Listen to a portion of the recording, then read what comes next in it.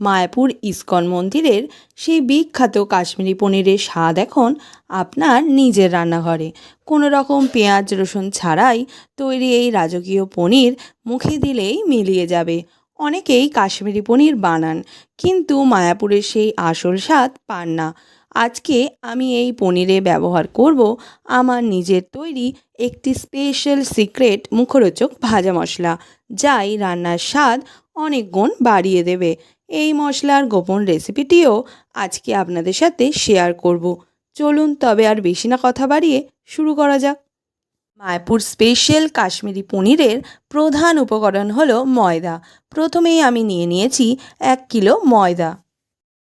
এবার এই ময়দার মধ্যে দিয়ে দেব 1 চামচ নুন।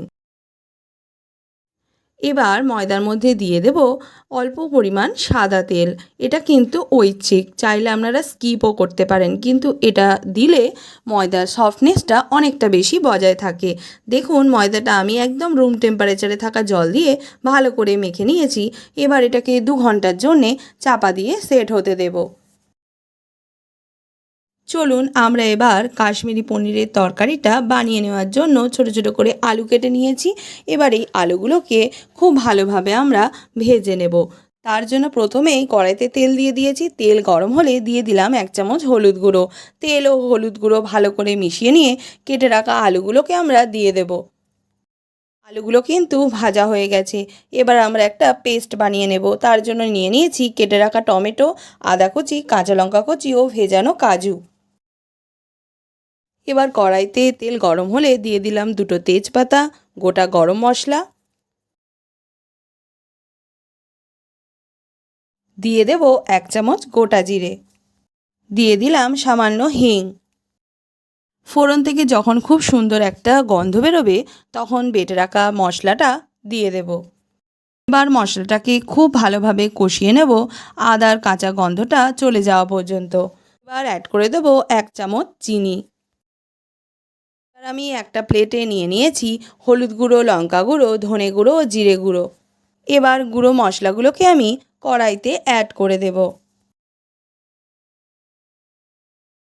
কষানো মশলাটা থেকে যখন তেল ছাড়তে শুরু করবে, সেই সময় আমরা দিয়ে দেব মিক্সিং জার ধোয়া জলটা। মশলাটা কিন্তু আমাদের কষানো হয়ে গেছে। এবার ভেজে রাখা আলুগুলো আমরা কড়াইতে অ্যাড করে দিলাম।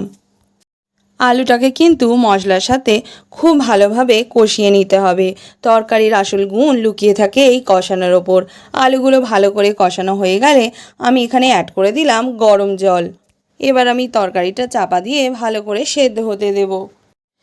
দেখুন, 2 ঘন্টা মেখে রাখার পর কিন্তু ময়দাটা কতটা সফট হয়ে গিয়েছে এবং কতটা ফুলে গিয়েছে। এবার আমরা জল দিয়ে ভালো করে ময়দাটাকে ধুয়ে নেব। যতক্ষণ না পর্যন্ত পরিষ্কার জল আসে, ততক্ষণ পর্যন্ত কিন্তু আমরা ময়দাটাকে ধুয়ে নেব। দেখুন, প্রথম জল দিতেই জলটা কীরকম ঘোলা এসেছে। এবার আমরা যতক্ষণ না পর্যন্ত পরিষ্কার জল পাচ্ছি, ততক্ষণ পর্যন্ত জল পাল্টে ময়দাটাকে ধুয়ে নেব। দেখুন, ময়দাটা কিন্তু আমি 8 থেকে 10 বার ধোয়ার পর এই পরিষ্কার জল আসা অবস্থায় পেয়েছি। এই রকম জল আসলে তারপরে কিন্তু আমরা এবার এর থেকে পনির বানিয়ে নিতে পারবো। এবার কাশ্মীরি পনিরগুলো ভেজে নেওয়ার জন্য কড়াইতে তেল দিয়ে দিয়েছি। তেল গরম হলে পনিরগুলো ঠিক এই রকম পরিমাণে, দেখুন এই যে এরকমভাবে আমি কেটেছি, ঠিক এই রকম শেপে কেটে আমরা কড়াইতে দিয়ে দেব এবং সেগুলোকে ভালোভাবে ভেজে নেব।